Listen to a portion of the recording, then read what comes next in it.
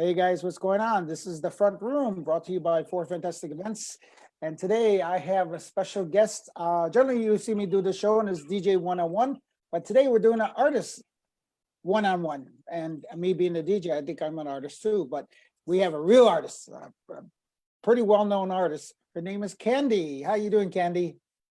I'm very good, Angelo. Nice to be here. Okay. Thanks for having me on. Thank you, thank you. And you're coming from Canada, right? Is that what you had said?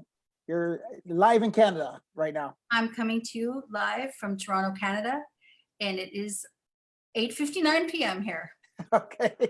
So just because we have so many people, we're hitting close to 5,000 people on the views and stuff like that here.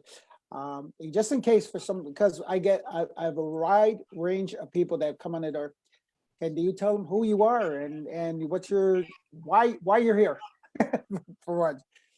Well, I'm here because you invited me. Well, that's the obvious. I am the former singer of a band called Taps, and I'm friends with Rich Huerta in Chicago, and Rich and his brother Mike, and we chit chat. Mostly, I chat with Rich, and I understand that you guys still play all the Taps music down there, and I'm just excited to know that that music is still going on and people are still partying in Chicago. Yes, Chicago, we love you. Come on.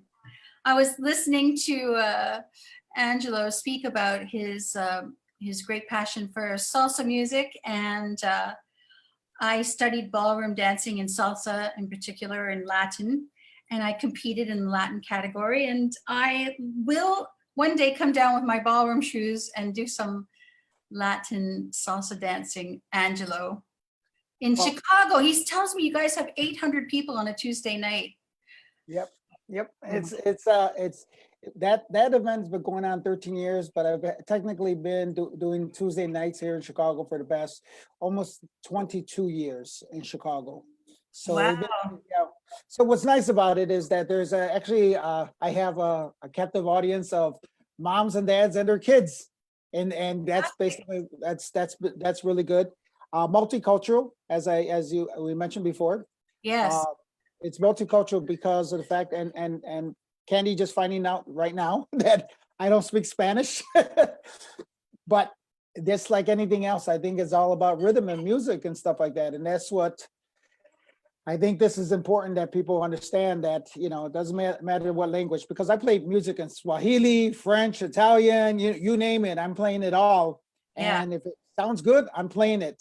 Yeah, because it's got that beat, and music is the universal language that brings us all together. Well, here's an interesting question I have, or should I say more of a statement with you, because in Taps, and I'm going to go back because when we started, and I just want to make sure that people understand, like when the music of Taps was being played here, it wasn't house music. It was basically club music or dance music per se. Dance music. We had dance groups that would perform to these songs and create routines. Yeah. And your songs are famous for that. All across the board. I mean, like almost every song you made, there was a routine to be done by dance groups, and they were pretty big time dance groups, and they had followings of 50 to 100 people, and it was one of the things that happened here in Chicago. What era, when after you had came out with your hits or your songs, was it you, like someone came up to you and said, hey, come to Chicago, we want you to perform live? What was the year that you guys came to the first time to Chicago? That's a good question, Angelo. I don't know the year exactly. It was in the early 80s or mid 80s. I would say the mid 80s. Right. I know that we had performed in Holland.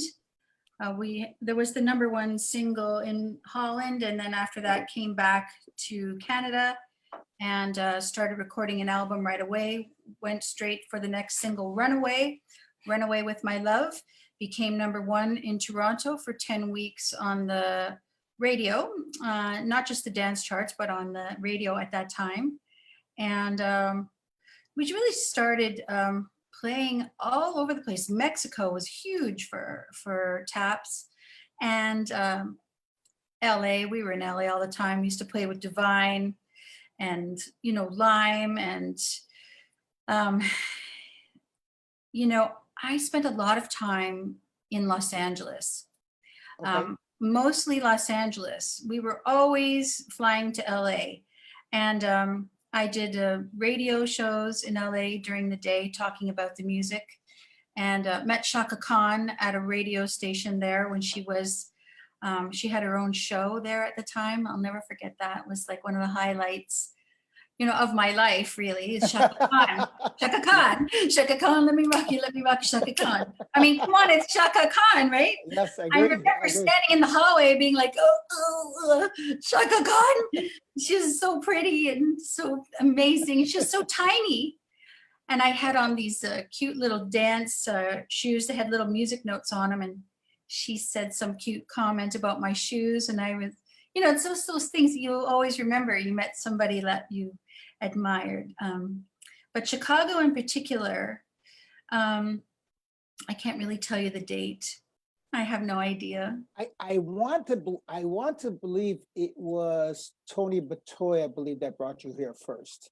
I could be wrong. If Tony's on, I think it was because at the time there were 3 main promoters that were bringing people out here, and it was Tony Batoy, Al Cisnero from Jails, and Pablo Puncal Gonzalez. Those were the guys that were kind of bringing in groups and stuff like that. And I remember that was, I want to say it was Tony Batoy at the Rainbow Disco, if that rings any bells and stuff like that. That was, I believe, I'm not sure, I can't, quote me if I'm wrong, and I'm sure Tony or Al would let me know for sure. But I know you did come back and performed at a couple of different places here. Yeah. And one of the things that I know that people were always so nice there. So, thank you. People from Chicago are always so friendly and so warm, always so kind. I remember that. Oh, so Rich is saying that Magic Wand brought you here as well. Magic You Wand. gotta ask Rich. Rich is my guy. He knows that. Yeah. So Thank you, Rich. Rich So- knows. I didn't have a chance to put this on my Facebook page. I don't know if you have tagged me in something. Let's Okay, see. let me see if I thought I did, but let me go ahead and Thank you. no problem.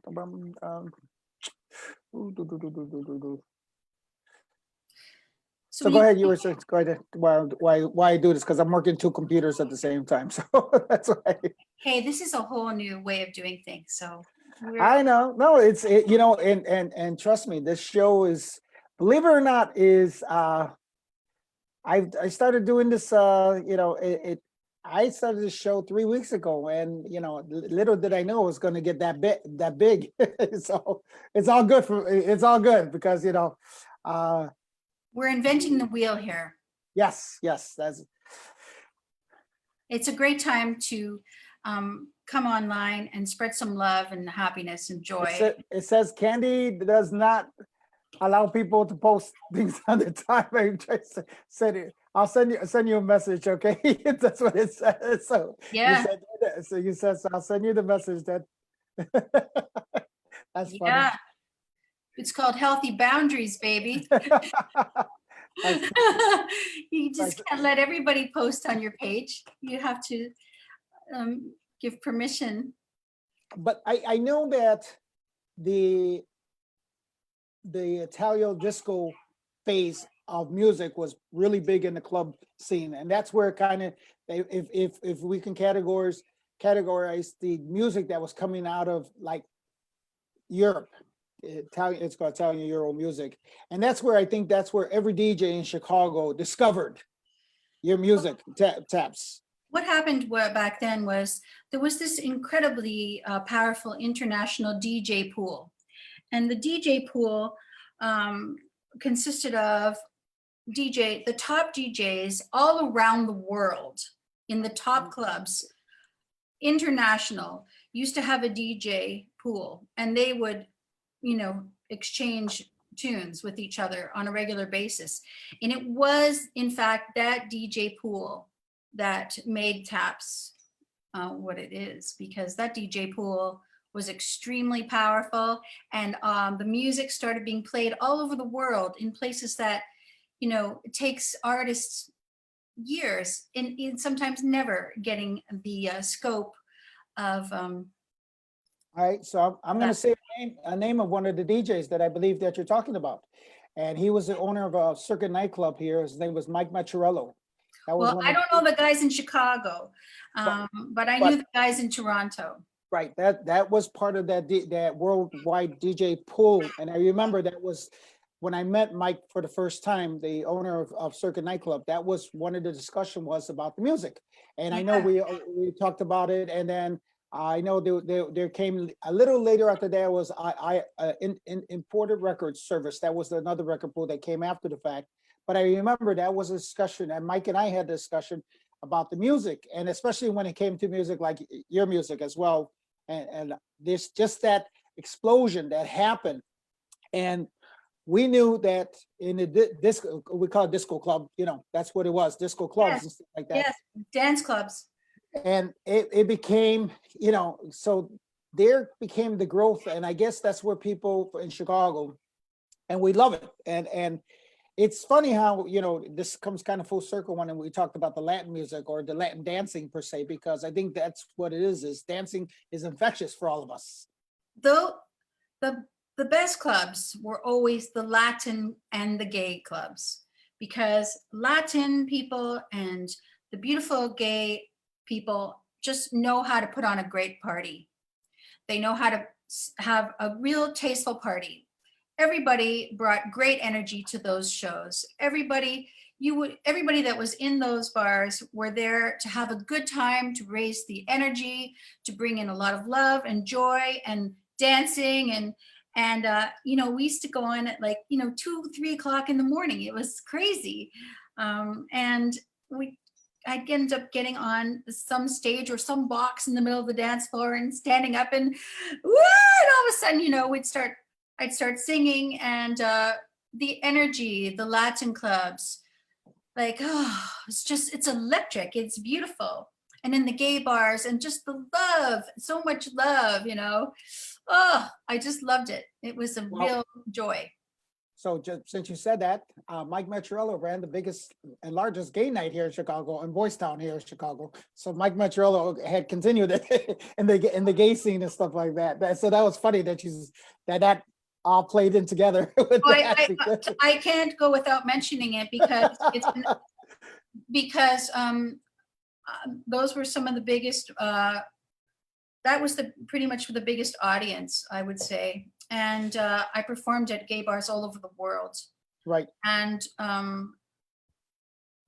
played for Gay Pride Day at the in San Francisco once, and at the Queen Mary, somewhere over there in California, the Queen Mary. Okay. Well, it was wonderful. We wouldn't, Taps wouldn't be Taps without our beautiful gay following. It was amazing. Yes. Well, I mean, I'll give you another thing is that one of the longest gay nights that we had here was called the Boom Boom Room.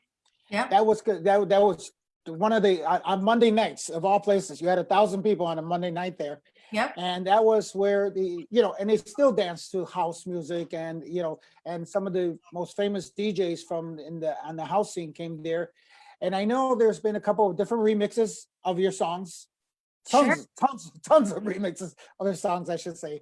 And that's what has kept the music alive. And and again, I'm going to go back to what what industry I've involved it with the Latin market. And if I am doing a salsa night, and I bust out one of your songs, nobody is like telling me, "What are you doing?"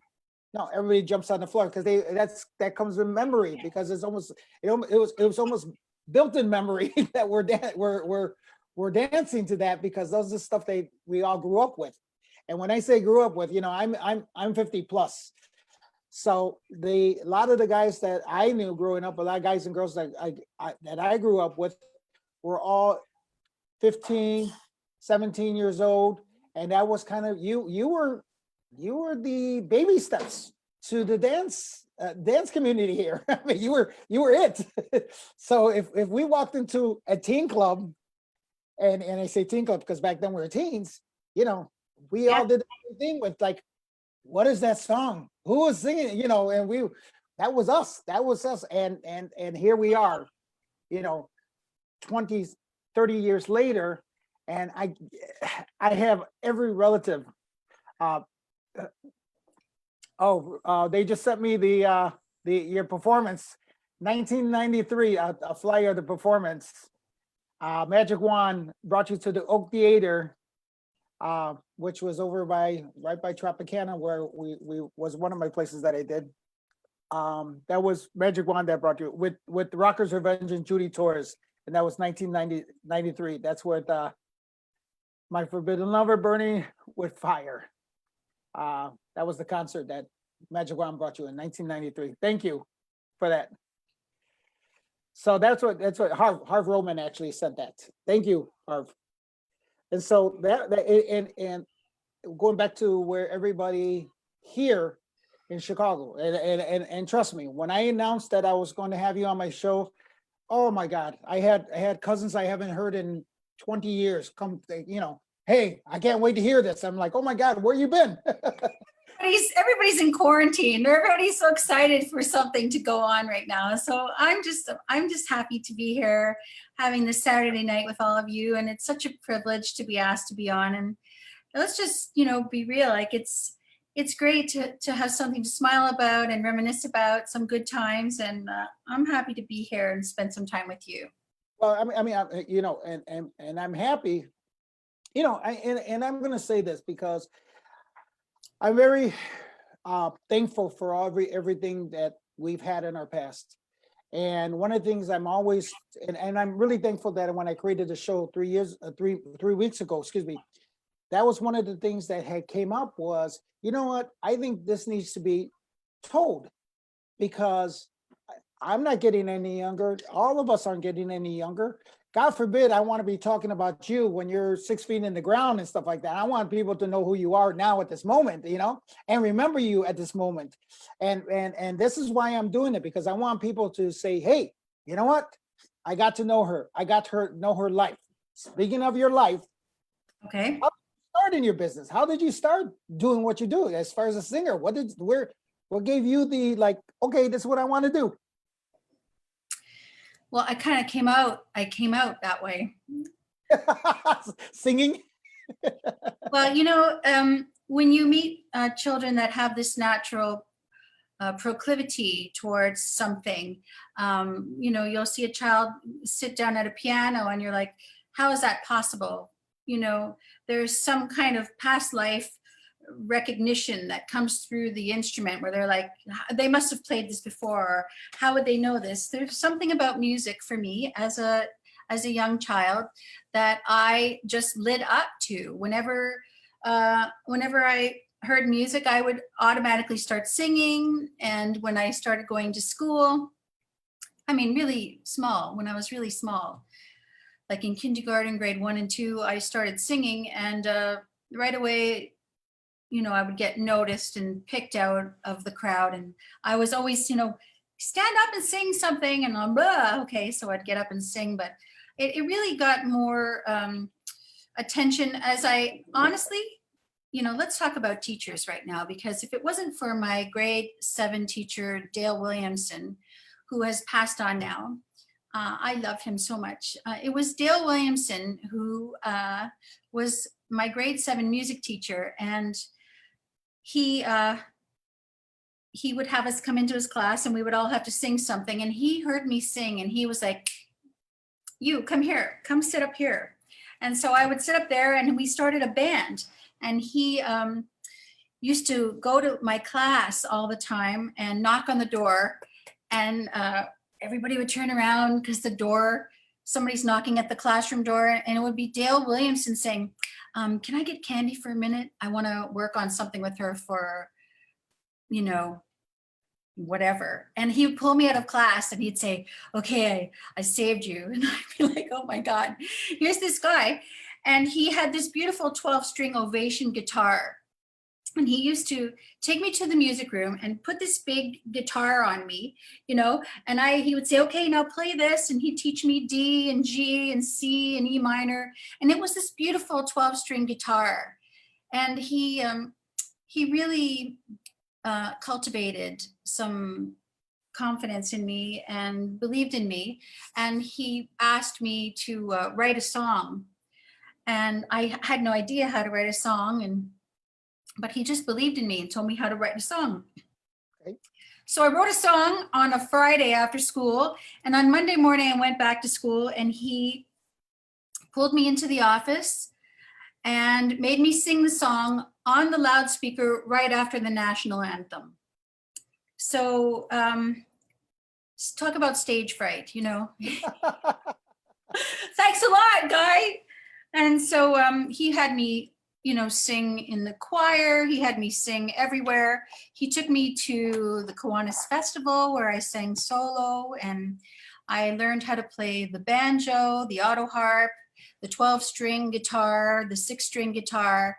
And he taught me that I had something that people wanted to hear. And he said, you have a special way of conveying emotion through your voice, and people love to hear you, and you should sing always. So I want to thank Mr. Williamson for that. And if you have kids that have teachers that help your children, they're special. They're rare, I find.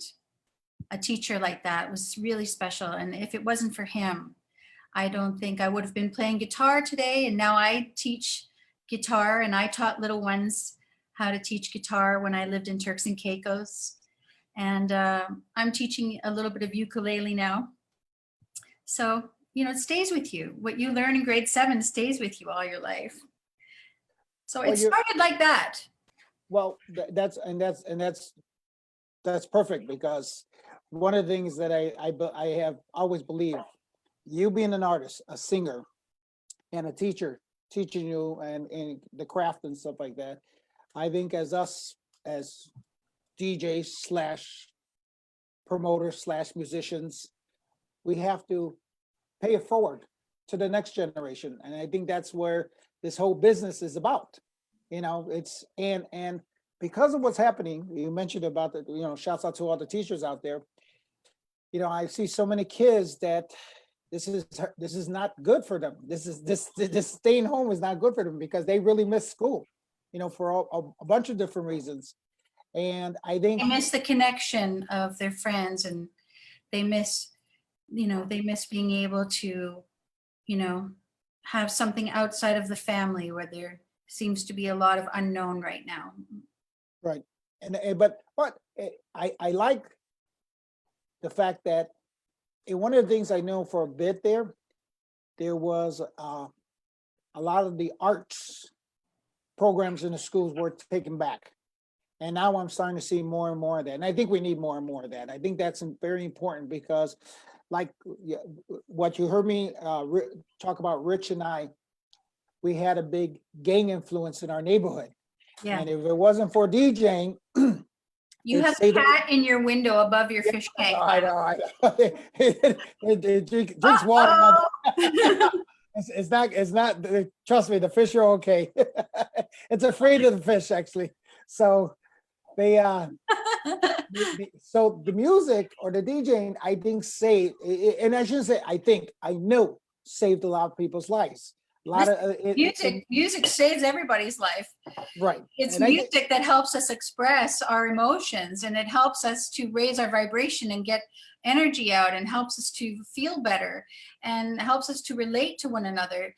One of the first conversations I ever had with Rich was about, I wanted to tell him how special that you guys are, all of you DJs, for continuing to put people on the dance floor, bringing people on the dance floor where, oh my God, your cat's sticking his head in the fish tank behind. I told you, he said, don't worry about it. No. There'll be no like, no, Hey, no. this is live, so it'll get ratings. Yeah. No, no, no, no, no. So, yeah, Yeah, no. No, no, not on my watch. That cat will not eat a fish. no, he's not. No, he's not. No, he's not. I will have a heart attack. I'll have a heart attack right on your show.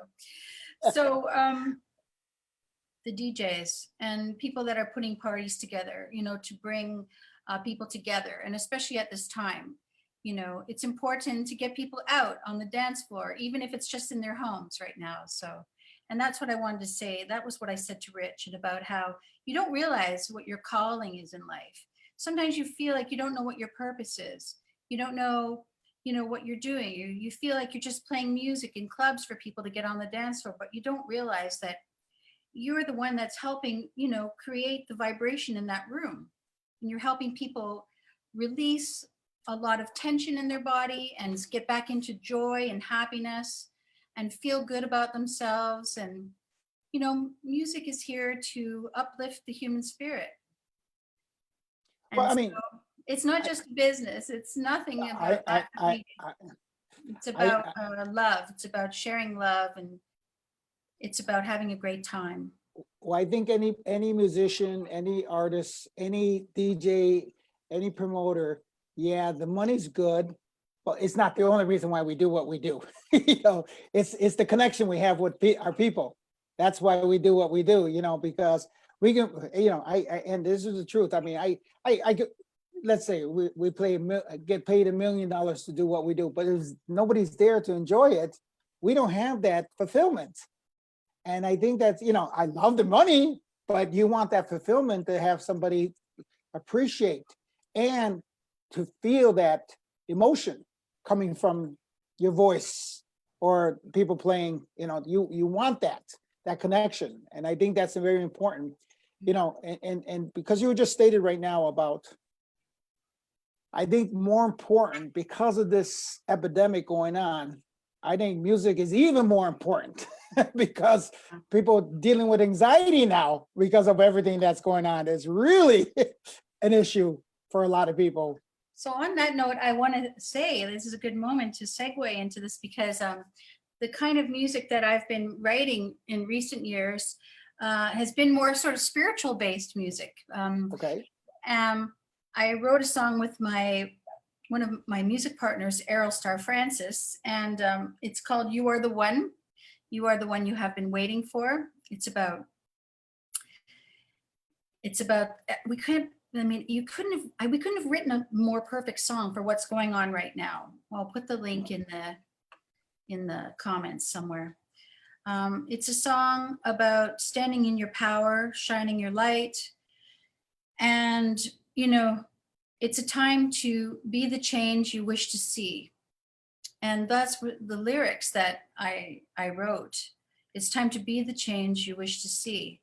Not knowing that this is really the time that we have to become that peace, become that unity consciousness that we wish to see in the world. And that's the kind of music I've been kind of gravitating to lately. Of course, I will always love Motown and R&B, and I will always love soul music and all kinds of genres of music, rock and roll music. But right now I feel more in alignment with writing message music about, centering ourselves, staying calm. I've moved into a different area in life, and more of a spiritual based life now, where I get up every morning and I do over an hour of meditation every day. And I became a Reiki Master Energy Healer in 2015. And I have been doing intuitive spiritual counseling with people after having a healing in my life. When my daughter was small, I had this, what's called an awakening. And so the music that I'm writing now and that I'm gravitating to right now is based on that kind of principle of healing, uplifting, and message music that's very soothing and loving. Although Rich and I were talking about, putting a dance mix on the song, because it's got, we did do a little piece of it in a dance mix because it's got a great message. And we want to put it out so that people can dance to it and sing the lyrics. And so Errol and I were so pleased with the outcome of that song. So that's the kind of music that we've been doing lately. Well, I mean, ironically, I have a friend here. He lives in San Diego now. His name, he used to call DJ Joker. His name is Sergio, and he's online as well. He was really big into hip hop. Mhm. And he's going to be part of my show in a couple of days. Actually, he's going to be on the show here. But he kind of did almost his awakening, and he'll tell more the story. But his awakening, he went kind of the dark path, in the sense of in the club business, as a lot of people have gone the dark path in the club Oh, business. I definitely saw that, and that was the reason I ended up exiting. Okay, so but he turned it around and he does Christian hip hop now. Yeah, because And- once you can face your shadow, you can turn it in, you can shine light on it, and then you have wisdom. And now you know how to And- shine light on it. And a lot of people don't realize that there's a big market out there for this. It's huge, it's not, and he says he loves it. He said he loves it, and Yeah. we talk about it. He came back to Chicago to visit me during the winter, just before winter. What's his name again? Sergio Boss. You can see him on my friends. His name is Hey, Sergio. Sergio. So Namaste, Sergio. he turned his life around all across the board and stuff like that. So I and love him for it. And when Yeah. I go to San Diego, I see him, He's a beacon of light. and when I go there, but so that's in one of my other DJs, we're talking about that, how there's a dark side of the nightclub business as well as the good side of it. And so a lot of people, and it's just unfortunate in this industry, In especially every when industry. In Yeah, all of us, we are the equal dark and light, the yin yang. and if you choose to, and at the same time, I can honestly say that I've done things, and I think that's why I like the show here. I'm in connection with everybody. I want to make sure that everybody isn't connected. Nobody's forgotten. It isn't just about me. It's about everyone else in this world as well. That's really what this message is about. And I got a special guest coming in as well, Candy.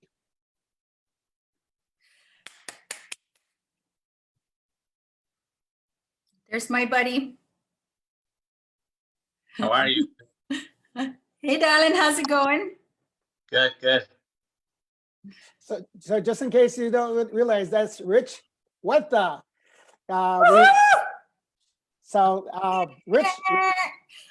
Rich is actually the one who suggested this with me and Candy, and obviously Rich is the one who, and Mike, basically has me to reach out to Candy. Candy, no hesitation, said okay and stuff like that.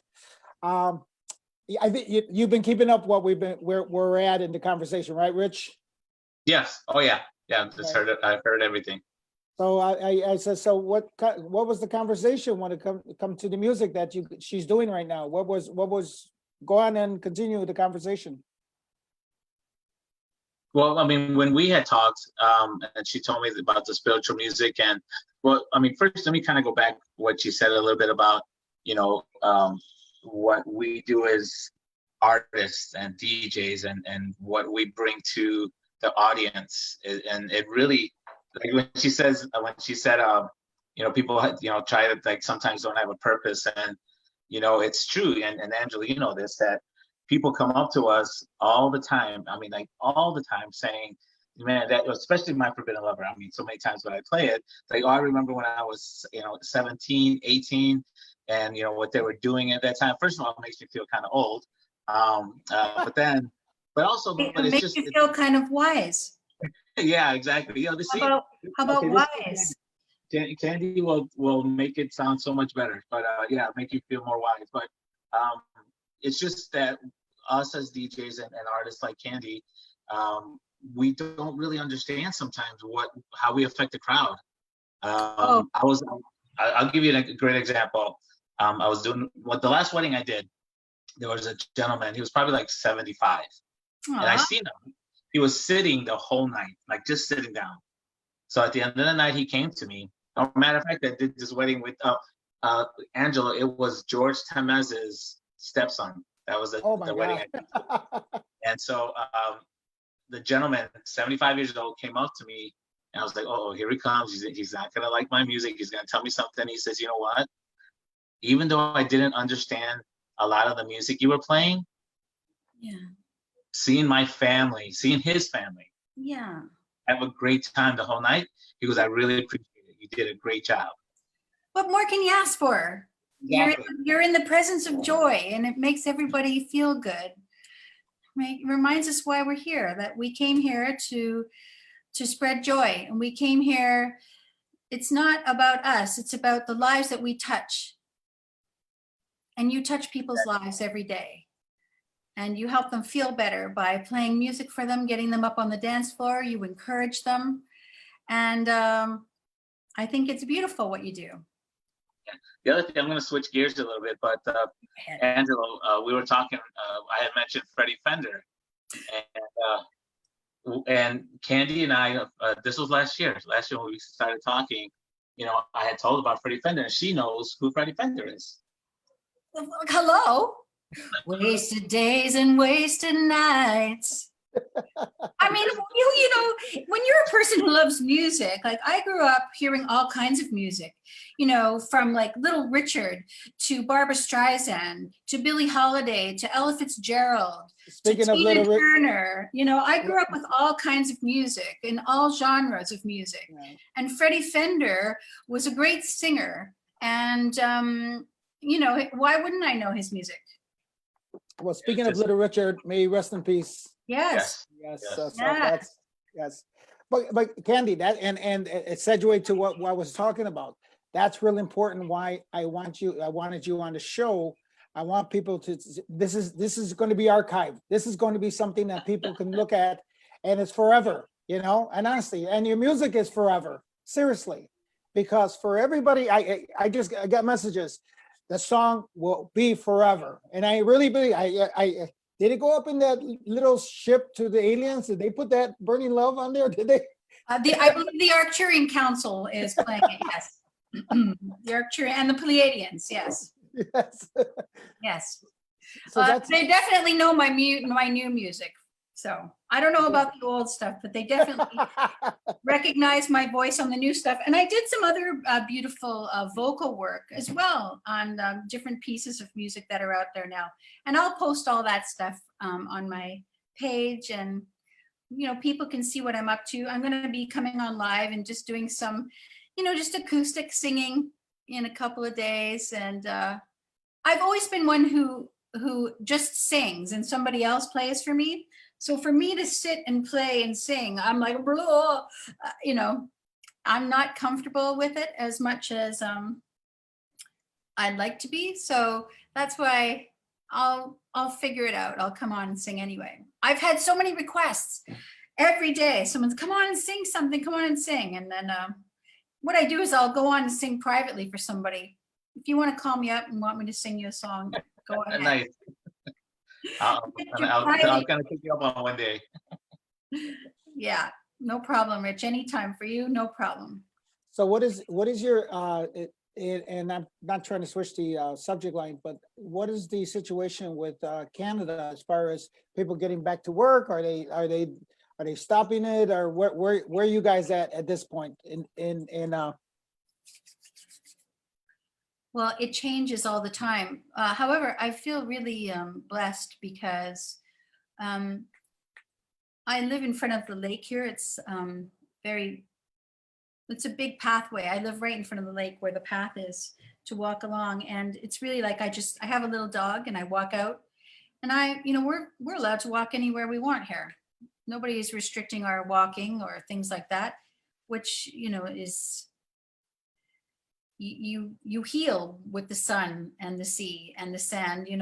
That's how you heal. You build your immune system, and God gives us this beautiful clean air. We've never had such clean air in our lifetime. This is the time to take some deep breaths in and really just go in and enjoy this little vacation that we have from all the things we had to do before. But in terms of going back to work, I don't see everything being lifted right now. There are, I don't really see everything being lifted right now. However, I'm grateful for the freedom that we have. I feel very blessed. I'm grateful for my health. I'm grateful for, I seem to be going anywhere I want. I mean, my favorite Italian coffee shop is open. So, you know what I mean? I mean, come on, let's be real, right? I go get my double espresso macchiato. And, I pick up my fresh bread, and the little place I like to get the homemade soup, she's open. You go in, you get your homemade soup, the fresh bread, I get my vegetables, everything is still available. And yes, so we're not working, or maybe we're not making the money that we did before. However, we're okay. Piano, everything's okay. Tranquilo. I think we'll all be okay. I don't think that this is the end. I think I even hate to use the word reset. No, reset is a very special word. It's exactly the right word. It's like God just pushed the reset button and said, okay, let's just, never mind about, fixing the earth and stopping all this stuff. Let's just unplug it for a while. Look, see, it's okay now.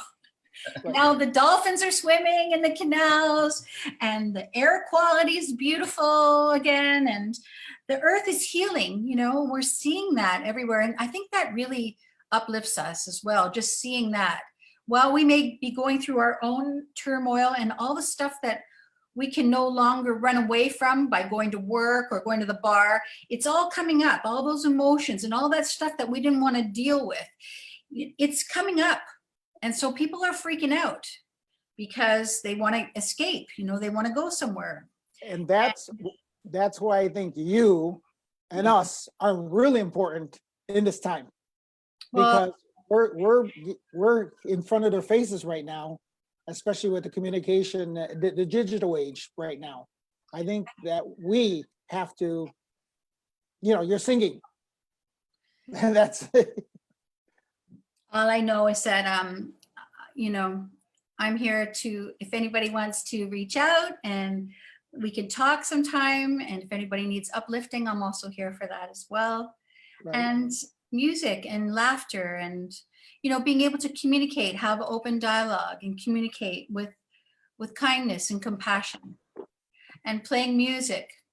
I'm happy to be here tonight with you boys. Thank you. Look, hey, Candy, a question. So are you, I guess the word, able or to sing, because yesterday there was a podcast with some freestyle artists. It was Cynthia and another artist, and they were singing on this podcast. And have you ever thought about that, doing a podcast or a show to sing? Would you be able to, or sing those songs? My Forbidden Love, Burning with Fire, and then some of your new stuff. Have you thought about doing something like that? I'm definitely open to the conversation. I mean, because yesterday they did it. It almost sounded like they did like American Idol. They had that light, the circle light, and then she put the camera in the middle, and she was just singing to her songs. And they had probably, they had a couple thousand people just at one particular time.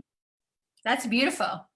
Yeah, it was great. I'm enjoying watching all the different artists come on and sing all kinds of music. So, did you see the Lady Gaga special that she did with everybody? No, that I did not see. Did you see that, Angela? Yeah, I got to see it. Beautiful. Lady Gaga. Stones were on. It was amazing. Yep. Lady Gaga in herself is a phenomenal artist as well. So I mean, she sure is. She's a force to be reckoned with. Yeah. So that's but I think that's and I believe every artist in all genres, especially singing artists, I see that they're doing the online concerts, they're doing all this stuff to to help with, the fundraisers for schools, fundraisers for a lot of things. I think that's the part that I was talking about. We're giving back to the community. We're giving back and I think this is important right now because, I really feel that the younger generation, we need to take care of. And this is, I almost, this virus is by design to say, hey, you know what? It isn't about just us, meaning, the moment of us. This is about the kids and about the future of this planet as well. And then obviously the future of the planet is the kids that are here, the little kids that are learning. I can tell you from personal experience,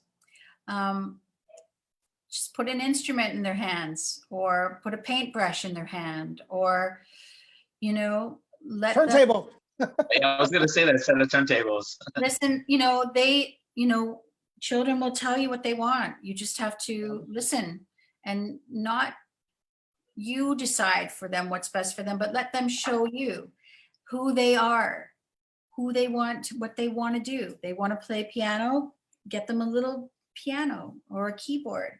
You can go online and get a cheap one. You can borrow one. You can ask a friend to lend you one.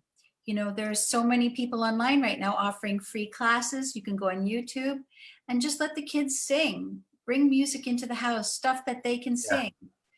I love working with kids. I love children. I love working with kids, and they learn fast. Oh, yes. They're so fast. They're so fast. I mean, just look at any child right now. They're like way faster than we ever were. And here we are thinking we're teaching them and we're just slowing them down. They're like, please, I got this, and then let them go, music. And they dance. I used to run a kids karaoke show in Turks and Caicos. And the kids just get up and sing and just have a ball, And the ones that don't sing will stand beside the one who's singing and they'll dance, So. But I think that goes back to what Angela was saying in our conversation, in our interview, is that, DJing kept us off the streets. DJing kept me and my brother off the streets. Yeah. There's just so much to it, not just as, DJs, but like you said, as artists and whatever it may be. Anthony Robbins, I know both of you probably know who Anthony Robbins is. When I listen to his tapes, one thing that he said about kids is let them be who they are, because once they get into school, most teachers are like, hey, sit down, shut up and listen. Yeah, and they program them out of who they were going to be. Right, not all teachers, not all of them, right?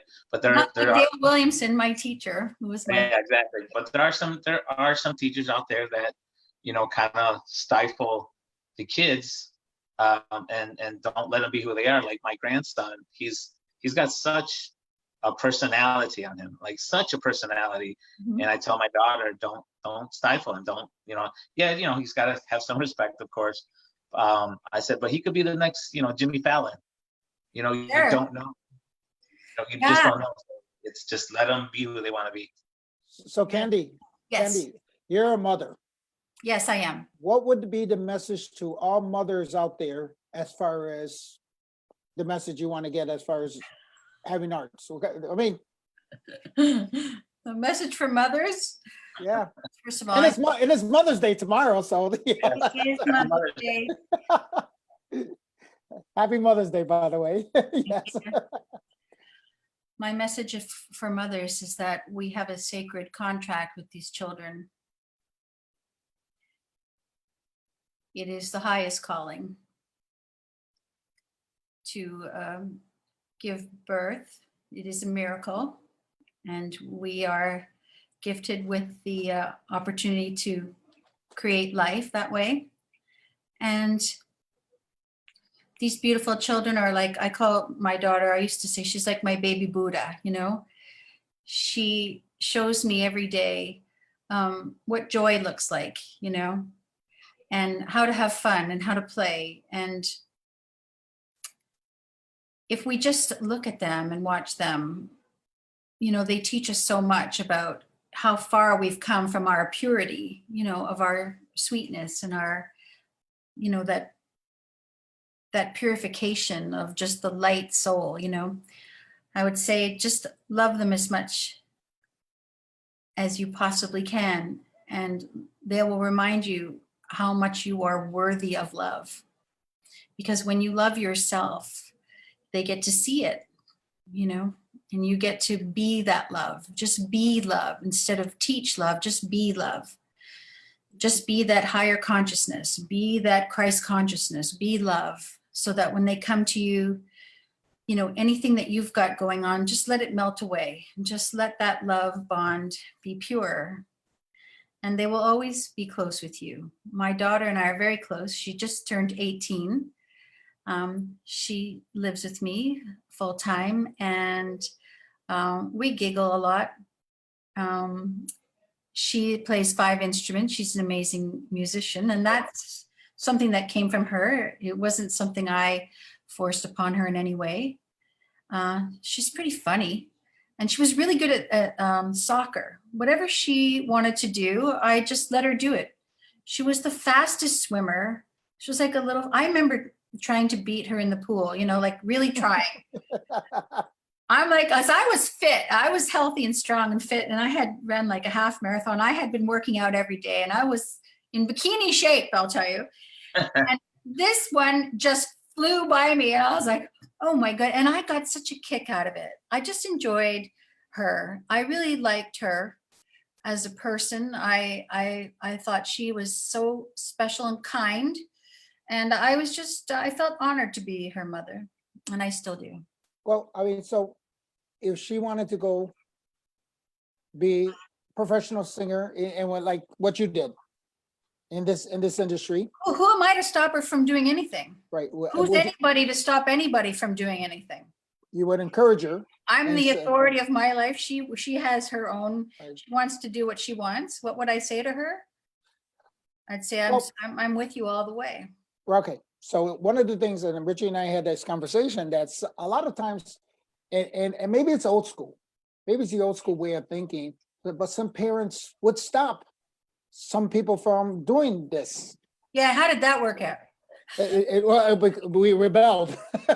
So, And how close are they to their parents?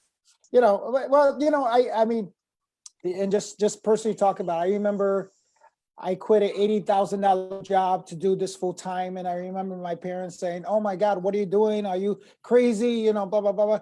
And then come 3 years later, they seen everything I was doing there, like, oh my God, you're really good at this.